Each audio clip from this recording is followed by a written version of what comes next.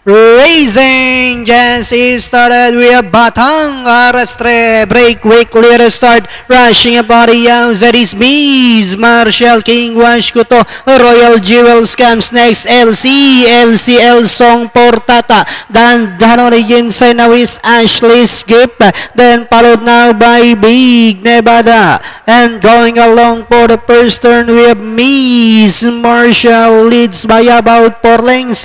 And in second, moving up is King Wash Kuto. Running by the release, Batang Arastre, Royal Jewels, Big Nevada to take fifth. And in 6, Ashley's Gift. 7, LCL's 8 belongs to Navy Cat. Song Portata, Titanium comes next. Then followed by Real Value.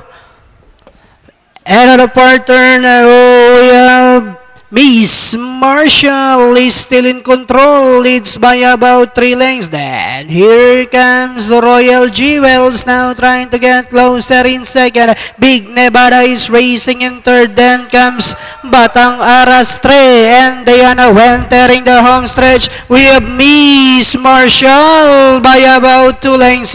Royal Jewels is on the outside. In the middle portion is Big Nevada. We have 100 meters of the race. We have Miss Marshall. Royal Jewels is on the outside. Miss Marshall, Royal Jewels moves up, and final Royal Jewels.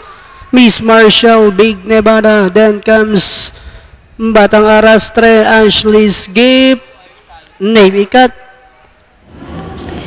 Our unofficial winner, only the third favorite para sa ating unang karera, Royal Jewels with our PJA Cuse.